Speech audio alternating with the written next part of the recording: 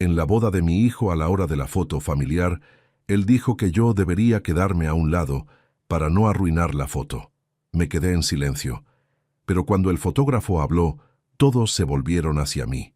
Historias de humillación y desprecio siempre dejan marcas profundas. Si este tipo de relato toca tu corazón, suscríbete al canal y descubre cómo cada dificultad puede convertirse en una lección valiosa. Estoy aquí, con 68 años, aún con las manos temblando al contar esto. No por miedo, por rabia. No, espera, por dolor. Es difícil explicar cuando llevas algo así dentro del pecho durante tantos años. La boda de Rodrigo iba a ser el día más feliz de mi vida. Mi hijo, mi Rodrigo, aquel a quien saqué de la pobreza con mis propias manos, se casaba con una mujer hermosa, inteligente, que merecía un hombre mejor del que yo jamás fui. Y allí estaba yo, con un traje alquilado, secándome las manos sudadas en el pantalón, esperando el momento que llaman foto familiar. Fueron segundos, apenas unos segundos, pero fueron segundos que resuenan en mi mente todos los días desde entonces. El fotógrafo, un hombre joven, quizás de unos 30 y tantos años, llamó a todos para la foto. La luz dorada entraba por las ventanas del salón. Ya sabes, esa luz que hace que todo parezca mágico. Todo estaba hermoso, perfecto. El tipo de momento que debería guardarse para siempre. Yo estaba cerca de Rodrigo. Él llevaba un traje oscuro, bien ajustado, esa ropa de adulto nueva que solo los novios parecen poder usar con seguridad. Su sonrisa era genuina. Reconocía esa sonrisa. Era la sonrisa que tenía de niño, cuando volvía de la escuela y contaba que había sacado un 10 en matemáticas. La misma sonrisa de cuando le entregué las llaves del apartamento que costó todo mi sudor conquistar. Pero entonces se volvió hacia mí y dijo, con una claridad que hasta hoy me duele: «Papá, quédate más atrás. Deberías estar a un lado para no arruinar la foto». Silencio. Ese silencio después de una frase así es diferente de otros silencios. Parece que el mundo olvidó respirar. Su madre, que Dios la tenga, habría muerto del corazón si hubiera escuchado eso. Ella también estaba allí, mi exesposa, y vi cómo su rostro se puso blanco, completamente blanco. Hice lo que siempre hice. Obedecí. Me aparté del lugar. Fui hacia atrás. Perdí mi espacio en la primera foto como padre del novio. Me quedé allí, en la esquina, observando mientras todos los demás, su familia, los padrinos, incluso conocidos, ocupaban los lugares de honor. Pero lo que sucedió después, lo que dijo el fotógrafo después, eso lo cambió todo. Para que entiendas por qué aquel momento fue tan devastador, necesito retroceder. Necesito contar quién soy, o mejor, quién siempre he intentado ser. Nací en 1956, en una pequeña comunidad rural de México, donde mi padre, un hombre tan duro como las piedras que vendía, me dejó cuando yo tenía apenas 7 años. Mi madre se quedó con 3 hijos y sin un centavo. La tosque. Pobreza no es solo falta de dinero, es falta de esperanza. Es la certeza de que no mereces nada mejor. A los 8 años ya trabajaba. A los 10, mis manos estaban llenas de callos. A los 15, todo mi cuerpo estaba marcado por cicatrices, no solo las que se ven, sino las que se sienten en lo más profundo del pecho. Conocí a Rosa cuando tenía 22 años. Ella era la hija del panadero. Tenía sueños de tener una familia decente, una casa con paredes que no goteasen cuando llovía, hijos que pudieran ir a la escuela sin romper los únicos zapatos que tenían. Rodrigo nació en 1987. Lloré cuando lo vi. No podía creer que yo, aquel niño abandonado por su padre, había creado una vida. Y no solo creado, me prometí a mí mismo que aquel niño nunca sufriría como yo sufrí. Nunca pasaría hambre. Nunca sentiría el peso de la mano de un padre borracho. Nunca. Durante 30 años, mi vida fue trabajo. Me levantaba a las 4 de la mañana. Trabajaba en obras, construyendo casas donde otros vivirían. Pasaba noches enteras reparando lo que se rompía.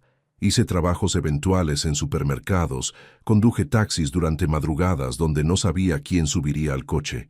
Mi cuerpo quemado por el sol, mis ojos cansados, mi espalda curvada por la lucha. Pero Rodrigo creció. Creció saludable, fuerte, inteligente.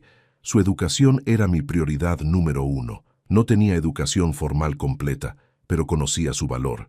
Pagué clases particulares cuando empezó a tener dificultades en algunas materias. Trabajaba el doble cuando era necesario. Rosa murmuraba que dormía poco, que estaba envejeciendo rápido, pero entendía. Ella comprendía.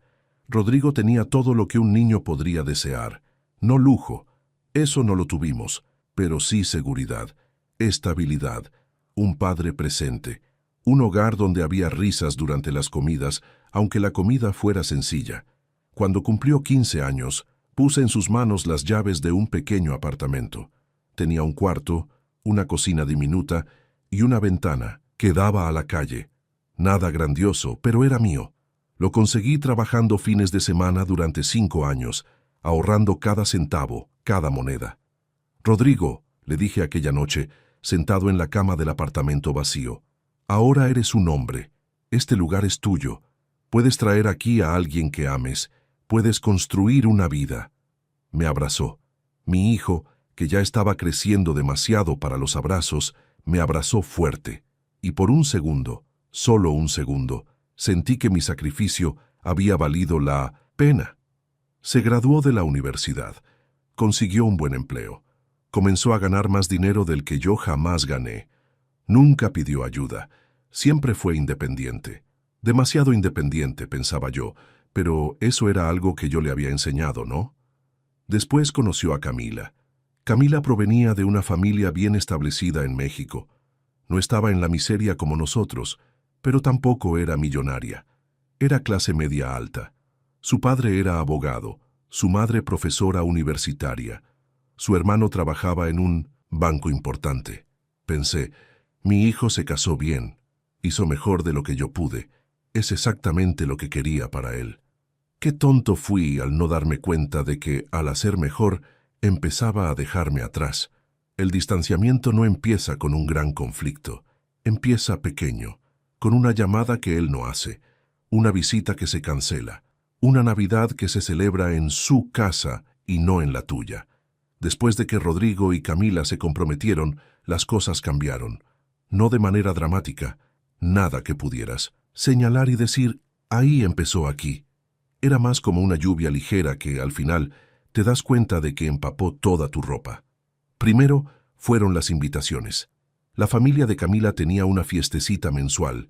Ya sabes cómo es la gente rica. Eventos en restaurantes elegantes, casas de playa, viajes. Al principio Rodrigo me lo contaba. Papá, deberías venir. Pero luego dejó de contarlo. Luego dejó de invitarme. Me daba cuenta por las conversaciones casuales. Rodrigo mencionaba un fin de semana que había pasado en Cancún con la familia de Camila. En Cancún, aquel lugar que mi hijo soñaba con conocer cuando era niño, y la primera vez que fue allí fue con la familia de ella, no conmigo. ¿Por qué no me invitaste?, le pregunté una vez. Papá, tú trabajas los fines de semana. Pensé que no tendrías tiempo. Mentira cariñosa. La peor clase de mentira. Las reuniones familiares empezaron a volverse extrañas. Rosa, su madre, todavía me daba abrazos cálidos, pero Rodrigo me preguntaba cómo estaba mientras revisaba su celular, y mientras esperaba mi respuesta, ya estaba mirando el siguiente mensaje. Vi, impotente, cómo mi hijo se alejaba de mí. Su madre no lo veía así. Rosa creía que era la edad. Todos los hijos se alejan de los padres, ¿verdad? Es natural, incluso saludable. Dejar el nido, volar. Pero yo sabía que era diferente. Lo sentía. Había algo en la forma en que Rodrigo presentaba a sus nuevos amigos. Amigos de la universidad, del trabajo, de Camila, con que ellos era animado, participativo, vivo. Pero cuando yo aparecía, parecía avergonzado. Una vez encontré a Rodrigo en la calle con 3 compañeros de trabajo. Estaban tomando café en una terraza. Yo pasaba por ahí y decidí detenerme para saludarlo. A mi propio hijo me vio. Literalmente vio mi rostro entre la gente. Su sonrisa desapareció, solo por un segundo, pero desapareció. Luego volvió. Una sonrisa forzada, artificial. Hola, papá. ¡Qué sorpresa! Sorpresa. Como si yo fuera un extraño que había reaparecido. Me presenté a sus amigos, les di la mano, pregunté sus nombres, intenté hacer una broma sobre el trabajo. Ellos rieron, pero Rodrigo miraba el reloj, miraba alrededor, parecía que mi presencia allí le resultaba incómoda. Bueno, tengo que seguir aprovechando este café con los chicos, dijo, de una manera que sonó como una súplica para que me marchara, y me fui. Caminé 3 cuadras enteras con un peso en el pecho que no puedo describir. Mi propio hijo se avergonzaba de mí, y yo sabía por qué. Lo sabía exactamente. Mi ropa estaba gastada. Mi cabello empezaba a enredarse porque había dejado de cuidarme. La vida no da tiempo para cuidados extra cuando siempre estás trabajando. Mis manos tenían manchas de la edad y cicatrices de viejas heridas. Mi voz aún llevaba el acento de alguien que creció en comunidades pobres, no en universidades refinadas. Yo era todo aquello que Rodrigo quería dejar atrás. Rosa lo notó. Una noche se sentó en nuestra cama. Sí, todavía estábamos juntos. Mi matrimonio duró hasta donde él duró, y dijo, «Oscar, nuestro hijo se avergüenza de ti». No respondí. Porque, ¿cómo respondes cuando alguien confirma lo que ya sabías? ¿Cómo respondes cuando tu peor sospecha se vuelve realidad? No es culpa suya, continuó ella, es la vida. Creció, fue a la universidad, conoció gente con dinero. Ahora pareces más distante para él cada día. ¿Y qué se supone que debo hacer?, pregunté con rabia. Rabia de mí mismo, rabia del mundo, rabia de la injusticia de trabajar tanto para darle todo a tu hijo, solo para ser descartado como algo viejo e inútil. No lo sé, respondió Rosa. Tal vez solo déjalo ir. Pero no podía. Un padre no deja ir a su hijo así. Llamas a la puerta, llamas por teléfono, sigues intentando. Y cada rechazo, cada cancelación, cada «papá, ahora no puedo hablar, estoy en una reunión importante», era otra pequeña muerte. 6 meses antes de la boda, Rodrigo me llamó. Su voz era diferente. Tenía una cualidad que no reconocía, una mezcla de nerviosismo y determinación. «Papá, necesito hablar contigo en persona. ¿Puede ser este fin de semana?» Mi corazón se aceleró. En los últimos 2 años, las conversaciones personales con Rodrigo se habían vuelto raras. No sabía si era algo bueno o malo. En realidad, sospechaba que era algo malo.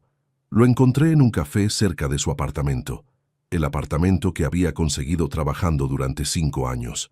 Un sábado por la tarde, y él llevaba ropa casual de marca, ese tipo de ropa que cuesta 1 mes de mi salario. Pidió un café. Yo pedí un café con leche. Había un silencio incómodo. «¿Cómo estás?», pregunté, intentando romper la tensión. «Bien, bien. ¿Y tú?» «Todo bien, trabajando mucho, pero, ya sabes». Otro silencio, esta vez más largo. «Papá», comenzó él, y allí estaba esa extraña cualidad en su voz otra vez. «Necesito hablar sobre la boda». «Claro», respondí, sintiendo un nudo en el estómago. «Estoy feliz de ayudar. Lo que necesites no es sobre ayuda económica», interrumpió él. «Es sobre los invitados». Contuve la respiración. Camila y yo hicimos una lista bastante refinada. Sabes, tu familia es más tradicional, pero la mía es un poco diferente ahora. Queremos mantener el evento con un tono de clase, ¿entiendes? Clase.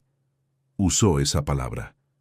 Tu abuelo, continuó Rodrigo, vendrá a la boda, tus tíos también, y algunos primos, pero hay un límite de invitados, y Camila sugirió que quizás sería mejor si no trajeras algunas personas que quizá pensaste invitar.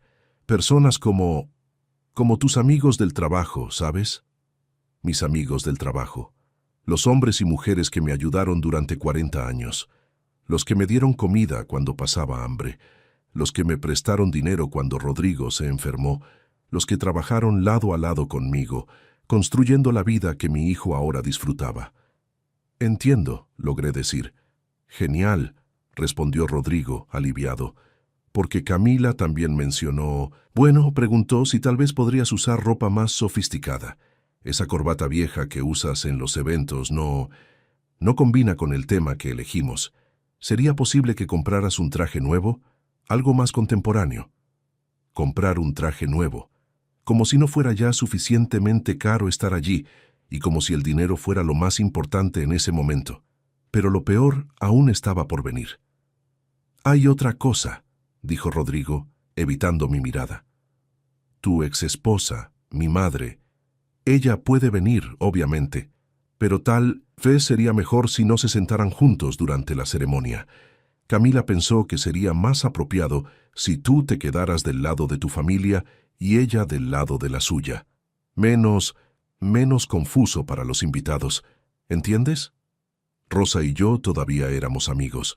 Nos veíamos de vez en cuando, tomábamos café juntos, hablábamos de Rodrigo con cariño, a pesar de que nuestro matrimonio había terminado. Y ahora su propio hijo nos pedía que fingiéramos que él no existía. En ese momento, algo dentro de mí se rompió, no de manera dramática. Ninguna lágrima cayó, ningún grito salió de mi boca, solo un estallido silencioso, la sensación de que algo fundamental en mi ser se despedazaba en 1000 pedazos. «Está bien, Rodrigo», dije, demasiado calmadamente, extrañamente calmado. «Entiendo. ¿No estás enojado?» «No, claro que no. Es tu boda, tus reglas». Me miró y por un momento noté algo en sus ojos. Culpa, reconocimiento, pero desapareció tan rápido como apareció. «Gracias por entender, papá. Significa mucho para mí». Entender. Él me estaba agradeciendo por aceptar ser invisibilizado en uno de los días más importantes de mi vida, la boda de mi único hijo. Terminé mi café. Me despedí con un abrazo que él devolvió rígidamente y caminé de regreso a casa pensando en una sola cosa. ¿Habrá sido todo en vano? El día de la boda llegué temprano. Tenía una hora programada y estaba allí con 45 minutos de antelación. La iglesia estaba hermosa. Había flores blancas y rosas adornando los bancos. La luz del atardecer creaba patrones dorados en el suelo de madera. Todo era perfecto. Había comprado un traje nuevo, un traje gris oscuro, bien ajustado, con una corbata azul que la vendedora dijo que resaltaba mis ojos. Costó más de lo que imaginé, pero para la boda de mi hijo haría cualquier sacrificio. Me senté en el banco que me habían asignado, no el primero, pero tampoco el último. Estaba entre el abuelo de Camila y un tío lejano, invisible, como estaba planeado. Rodrigo llegó junto a su padrino. Llevaba un traje negro impecable y su rostro brillaba, ese brillo que solo tienen las personas completamente enamoradas y totalmente seguras de sus decisiones. Entonces llegó Camila. Ella era hermosa.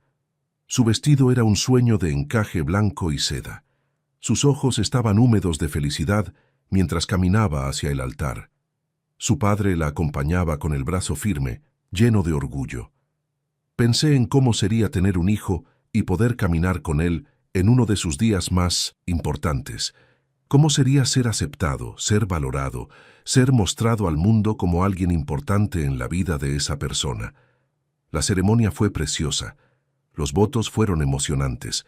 Rodrigo lloró cuando Camila juró amor eterno, y durante esos momentos olvidé mi dolor. Simplemente lo olvidé. Después, tras la ceremonia, todos nos dirigimos al salón de recepción. Era un lugar elegante, con techo alto, luces de cristal, mesas redondas cubiertas con manteles de seda. Yo estaba sentado lejos de la pareja, en realidad en la parte trasera del salón. No había lugar asignado para mí en la mesa familiar, esa que había sido cuidadosamente organizada para reflejar las estructuras familiares aprobadas por Camila. Comí solo. Un camarero me sirvió mientras decenas de personas a mi alrededor conversaban, reían, brindaban. Nadie hablaba conmigo, nadie me reconocía. Entonces llegó el momento de la foto familiar. El fotógrafo, joven, quizás unos 30 años, llamó a todos. Y allí fue cuando Rodrigo dijo aquellas palabras que resonarían en mi ser para siempre. «Papá, quédate más atrás. Deberías estar a un lado para no arruinar la foto». Obedecí. Salí del cuadro. Fui a las sombras, y fue entonces cuando habló el fotógrafo. Permanecer en las sombras durante esa foto fue, paradójicamente, el momento en que todo se volvió claro para mí. No de forma explosiva, no con rabia ni desesperación. Fue una claridad silenciosa, esa que llega cuando finalmente aceptas la verdad que siempre supiste, pero que tardaste años en reconocer. Mi hijo sentía vergüenza de mí. No solo en ese momento, aunque ese momento era la encarnación perfecta de ello, sino a lo largo de toda su vida. Desde el instante en que se dio cuenta de que su padre era un hombre pobre, que sus zapatos estaban gastados, que sus manos tenían cicatrices, que él no sabía sobre vinos finos, ni viajes internacionales, ni las cosas que las personas de clase conocen. Había pasado 40 años luchando contra una marea que nunca podría vencer, porque la marea no era algo tangible, no era un enemigo que pudiera combatir con mi trabajo o mi dedicación. Era una sensación, un juicio invisible que él había absorbido de un mundo que me despreciaba por ser quien era. Y en lugar de enfadarme, y créeme, hubo momentos en que lo estaba, sentí algo más profundo, compasión. Compasión por mi hijo, que había sido criado para avergonzarse de sus orígenes. Compasión por una sociedad que hace creer a las personas que su valor está en el dinero que poseen, en la ropa que usan, en la escuela que asistieron. Compasión por Camila, que había formado en mi hijo a un hombre tan frágil que necesitaba esconderse de su propio padre para sentirse adecuado. Pero también, y debo ser honesto, comencé a prepararme. No para explotar de rabia, no para montar una escena dramática que alimentara la narrativa que Rodrigo probablemente contaba a sus amigos sobre su padre problemático. Me preparé para algo mucho más poderoso, la verdad.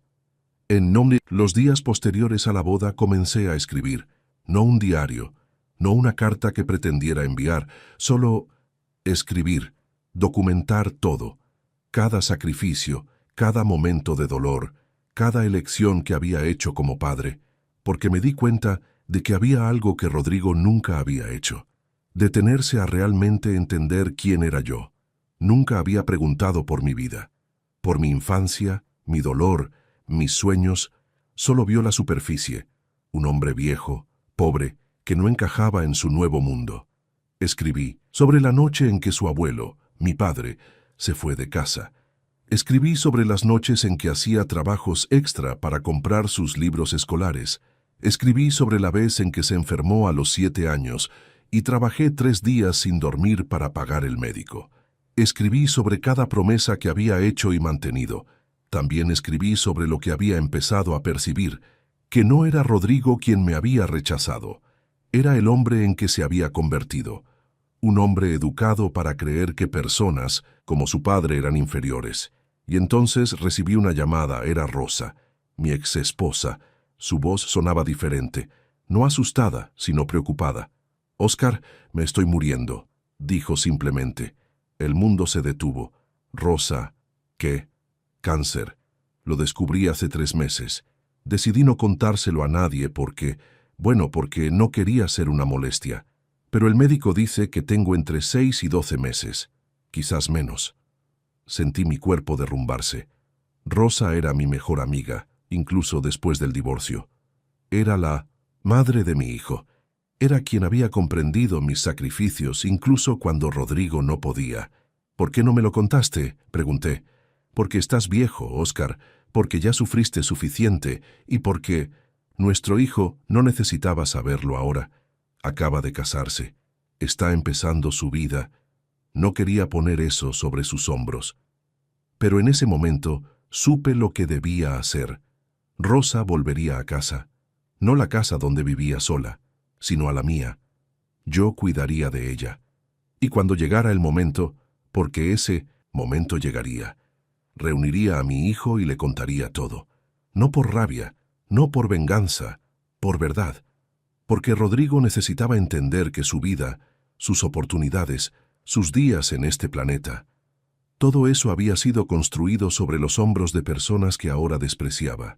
Y cuando esas personas desaparecieran, sería demasiado tarde para pedir perdón. Rosa vino a mi casa un lunes. Trajo una maleta pequeña con algo de ropa. Su cuerpo había adelgazado mucho. El tratamiento lo hacía. Pero sus ojos todavía brillaban con esa inteligencia que siempre la caracterizó. «Lo haces por Rodrigo, ¿verdad?», preguntó mientras preparaba su habitación. «¿Cómo lo sabes?». «Porque te conozco, Óscar Martín Reyes. Siempre hiciste las cosas por el chico, incluso ahora, cuando él no lo merecía». «Él es mi hijo», respondí simplemente. Durante 3 meses cuidé de Rosa. La llevaba a los tratamientos. Sostenía su mano cuando vomitaba. Le leía por la noche cuando no podía dormir. Y conversábamos, como nunca antes, porque finalmente sabíamos que el tiempo era limitado. Una noche ella preguntó, «Si pudieras decirle una cosa a Rodrigo ahora, ¿qué sería?». Pensé por un largo momento. Que no merecía todo lo que le di. Que el amor no se trata de dar cosas o sacrificarse hasta desaparecer. Se trata de reconocer al otro como humano, como alguien que también sufre, que también merece dignidad. Rosa sonrió, a pesar de su debilidad. Creo que necesita escuchar eso, y creo que lo escuchará. 3 semanas antes de que Rosa partiera, Rodrigo la visitó.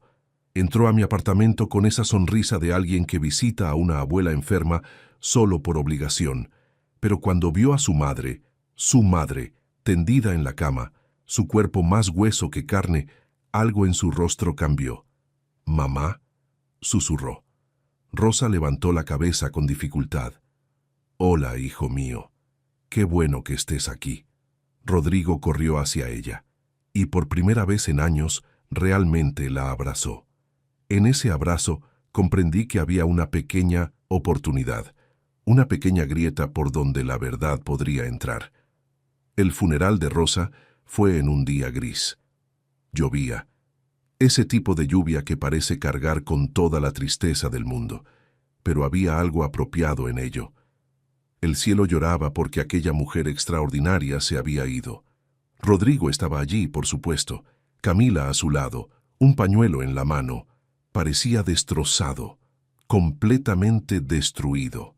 Porque darse cuenta del valor de alguien, solo después de que se va, es un dolor que ningún hijo debería experimentar. Pero es un dolor que todos debemos vivir si tenemos la suerte o la desgracia de vivir lo suficiente. Después del funeral, invité a Rodrigo a mi casa. Al principio se negó. Tenía una reunión de trabajo importante, explicó, pero luego miró mi rostro, y algo en mi expresión lo hizo reconsiderar. «Está bien, papá. Me quedaré 1 hora». Nos sentamos en la misma mesa donde Rosa y yo hablábamos durante sus últimas semanas. Había una taza de café entre nosotros. Él no la tocó. «Tu madre me pidió que te contara algunas cosas», comencé. Rodrigo bajó la cabeza. «Ella dijo que llevaba meses muriéndose, que el oncólogo le había dado entre 6 y 12 meses. ¿Lo sabías?». Las lágrimas comenzaron a caer por su rostro. «No me lo dijo. Ella no». «¿Por qué?». «Porque no quería que te preocuparas. Porque era tu madre, y las madres hacen eso. Cargan con los pesos para que sus hijos no tengan que hacerlo». Rodrigo se cubrió el rostro con las manos. «¿Y tú?», pregunté suavemente. «Tú cuidaste de ella durante esos meses. La visitaste en el hospital. Sostuviste su mano. Estuviste presente. Y al final, esos momentos en los que simplemente estabas allí con tu madre, fueron los más importantes de tu vida. Más que cualquier reunión importante, más que cualquier apartamento nuevo que pudieras comprar. ¿Lo entiendes?». No respondió, solo lloraba. «Déjame contarte una historia», continué. «Una historia que tu madre quería que escucharas». Y entonces empecé. Le conté sobre mi infancia, sobre mi propio padre que había desaparecido, dejándome con una madre que ni siquiera podía alimentar a 3 hijos. Le conté sobre las noches en que dormía en la calle, las veces en que robar comida era la única opción, las noches en que una paliza era el precio de una comida que no tenía derecho a probar. Le hablé de su nacimiento, de cómo lloré, no de alegría, sino de miedo. Miedo de no ser suficiente, miedo de que él viviera la misma vida que yo había vivido. Entonces, hice una promesa, dije. Una promesa a Dios, al cielo, al universo entero.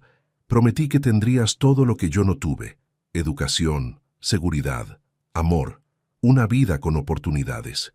Le conté sobre cada trabajo que acepté, cada noche sin dormir, cada vez que dejé que el sol quemara mi piel solo para poder pagar una clase de matemáticas. Le hablé del apartamento, ese apartamento que me tomó 5 años conseguir, de cómo ahorré cada centavo, de cómo mi cuerpo envejeció en esos 5 años. No eras solo mi hijo, dije, y por primera vez mi voz tembló. Eras mi redención, eras la prueba de que el sufrimiento tenía un propósito, de que el sacrificio podía llevar a algo hermoso. Rodrigo me miraba, los ojos llenos de lágrimas.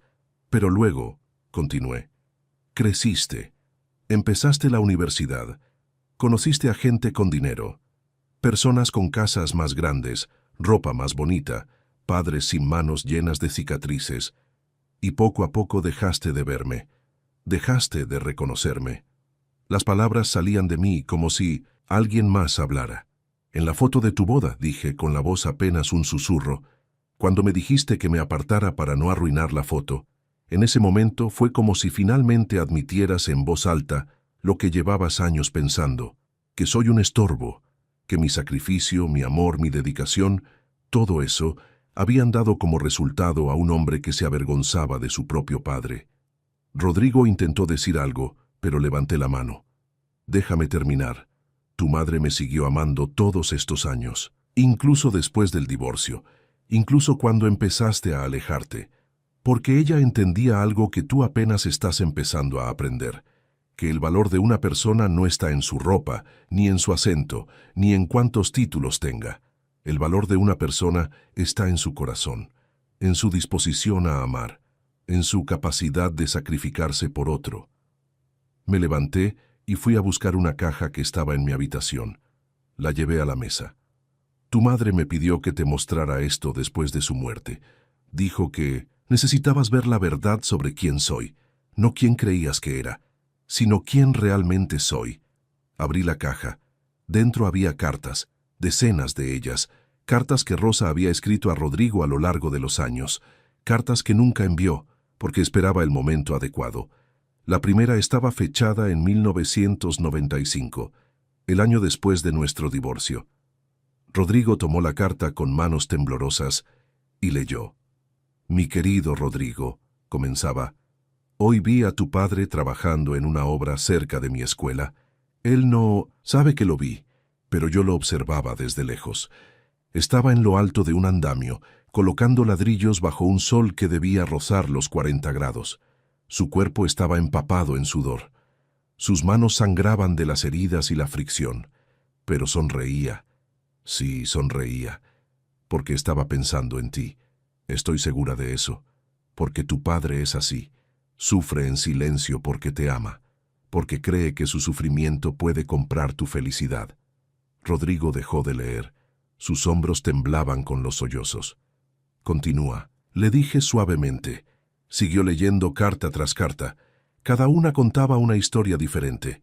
Una hablaba de una Navidad cuando tenías 8 años, una Navidad en la que no teníamos dinero para regalos. Tu padre trabajó toda la noche como taxista, durmió solo 1 hora, y luego pasó el día entero convirtiendo cajas viejas en juguetes para ti. La carta describía cómo tu rostro brilló, no porque el juguete fuera bueno, sino porque sentiste el amor dentro de él. Otra carta hablaba de la primera mala nota que sacaste en la escuela. Tu padre pasó toda la noche estudiando la materia, una materia que nunca había aprendido, solo para poder ayudarte a estudiar para el siguiente examen. Sacaste un 10. ¿Sabes lo que hizo tu padre?, pregunté, mientras Rodrigo leía. Lloró, de alegría, porque ese 10 significaba que su sufrimiento había valido la pena, que había cumplido su promesa. Rodrigo pasó la página a otra carta. Esta era de hace solo 5 años. Querido Rodrigo, comenzaba, hoy tu padre me contó que cancelaste el almuerzo familiar. Intentó fingir que no le importaba, pero yo conozco a ese hombre. Lo conozco mejor que nadie, y vi cuánto le dolió. No porque lo hayas rechazado, aunque lo hiciste, sino porque entendió en ese momento, que había fallado, que a pesar de todos sus sacrificios, no había logrado criar a un hijo que lo amara por lo que es, no por lo que tiene o la clase a la que pertenece. A mi ver, Rodrigo, eso no es un fracaso de tu padre. Es un fracaso de un mundo que nos enseñó a medir a las personas por las cosas equivocadas. Rodrigo dejó caer las cartas de sus manos. Todo su cuerpo temblaba. «Papá», susurró. Yo no lo sabía». «No lo sabías», asentí, «porque nunca preguntaste, porque fue más fácil seguir las opiniones de los demás que conocer realmente al hombre que sacrificó todo por ti». Un silencio denso llenó la habitación, ese silencio pesado que precede a algo que está a punto de cambiar para siempre. «Necesito mostrarte una última cosa», dije, levantándome y yendo de nuevo a mi habitación. Traje mi álbum de fotos, ese álbum gastado que había guardado durante décadas, fotos de Rodrigo pequeño en mis brazos, fotos de su primer día de escuela, fotos de su graduación universitaria, esa foto donde yo estaba a su lado, sonriendo como si hubiera conquistado el universo. En la última página había una foto que él nunca había visto. Era una foto de su madre y yo, jóvenes, cuando nos conocimos. Mi rostro estaba lleno de esperanza y sueños. «Esa era la persona que debiste haber conocido», le dije. «La persona que tu madre amaba, la persona que lo apostó todo, pero creía que el amor podía vencer». Rodrigo tomó el álbum con las manos temblorosas. Las lágrimas caían sobre las páginas. «Papá, yo no puedo. Por favor, perdóname, perdóname. Fui un miserable, fui un ingrato. Yo tomé a mi hijo, que ahora era un hombre roto, y lo abracé. Y en ese abrazo, finalmente, todos esos años de distancia se deshicieron en verdad. Ella sabía que esto pasaría», susurré. «Tu madre sabía que necesitabas escuchar esto. Sabía que un día tendrías que elegir entre seguir las voces de los demás o reconocer de verdad quién es tu padre. Y ella creía en ti. Creía que tomarías la decisión correcta». Rodrigo lloraba contra mi pecho. «Ella esperaba que llegaras hasta aquí, antes de que fuera demasiado tarde». Fueron necesarios 2 años. 2 años de conversaciones difíciles. 2 años de Rodrigo reconstruyendo su relación conmigo. 2 años de que él empezara a percibir lentamente cuán profundo era el abismo que había creado entre nosotros. Dejó su trabajo sofisticado, no por falta de éxito. Seguía siendo exitoso, pero porque comenzó a cuestionarse qué significaba realmente el éxito. Empezó a preguntarse si una vida entera dedicada a impresionar a personas que no lo amaban valía realmente la pena. Camila, su esposa, también pasó por una transformación. Rodrigo le mostró las cartas de su madre, le contó toda la historia. Y aquella mujer criada en el lujo y en estrictos estándares de clase, finalmente comprendió lo que aquel hombre a su lado había sacrificado. Empezaron a venir a visitarme, no solo en ocasiones importantes, sino regularmente. A veces, solo para tomar un café, para conversar, para estar presentes. Un día, cerca de 1 año y medio después de la muerte de Rosa, Rodrigo trajo algo para mí. «Papá, quiero que veas esto», dijo, extendiéndome una fotografía. Era una foto, la foto familiar de su boda. La foto en la que me habían pedido que me quedara atrás, pero no era la foto que se había tomado.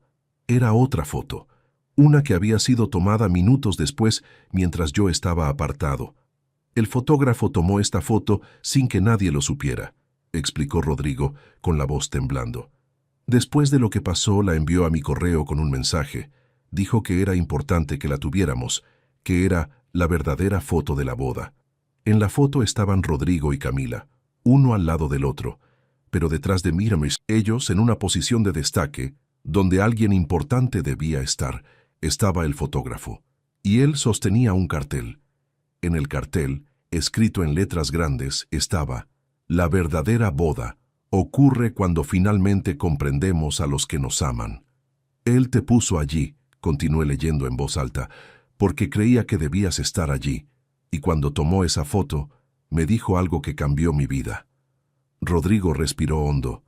Dijo: Si amas a tu padre, de verdad amas. Toma una foto con él mientras aún está aquí, porque un día, cuando se haya ido, dirías todo lo que tienes para contar, y él no estaría aquí para escuchar. Lágrimas recorrían mi rostro. En ese momento, papá, finalmente entendí. No se trataba de salir bien en una foto. No se trataba de impresionar a la gente. Se trataba de estar contigo, simplemente estar. Nos abrazamos, y esta vez fue un abrazo sin barreras, sin juicios, sin vergüenza. Hoy, a los 71 años, soy un hombre que aprendió una lección que debería haber aprendido mucho. Antes, el tiempo no espera por nadie. Rodrigo y yo todavía no somos perfectos.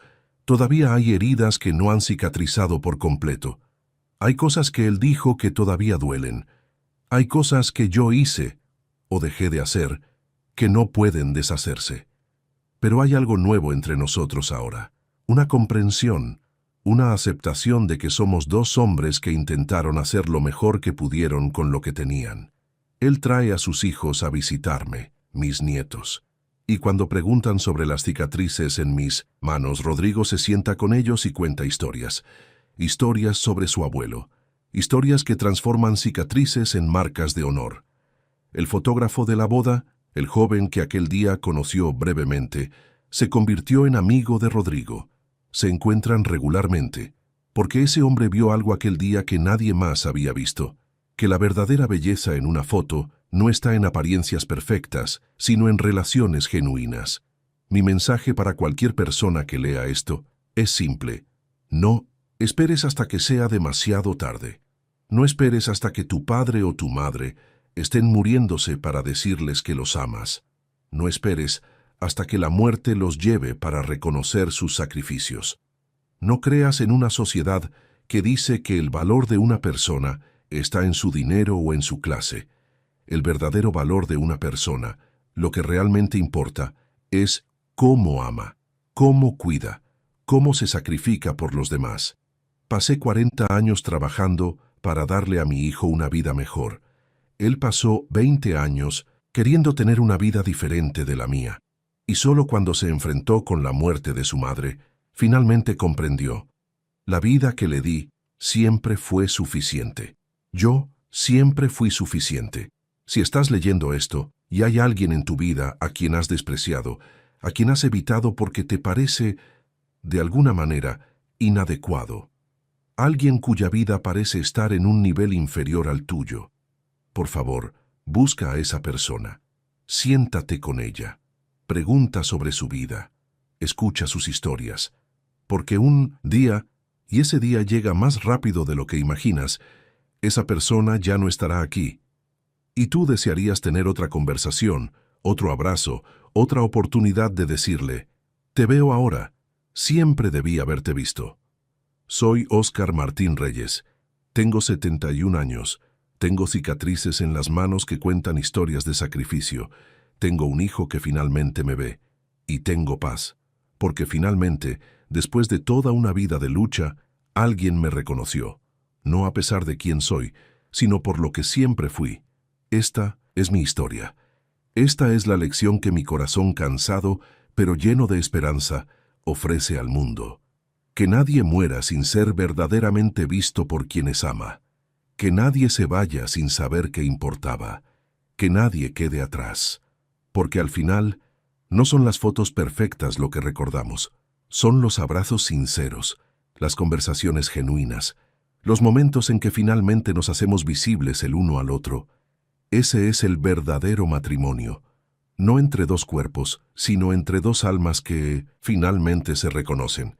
¿Te gustó la historia? Suscríbete al canal y descubre muchos otros relatos emocionantes.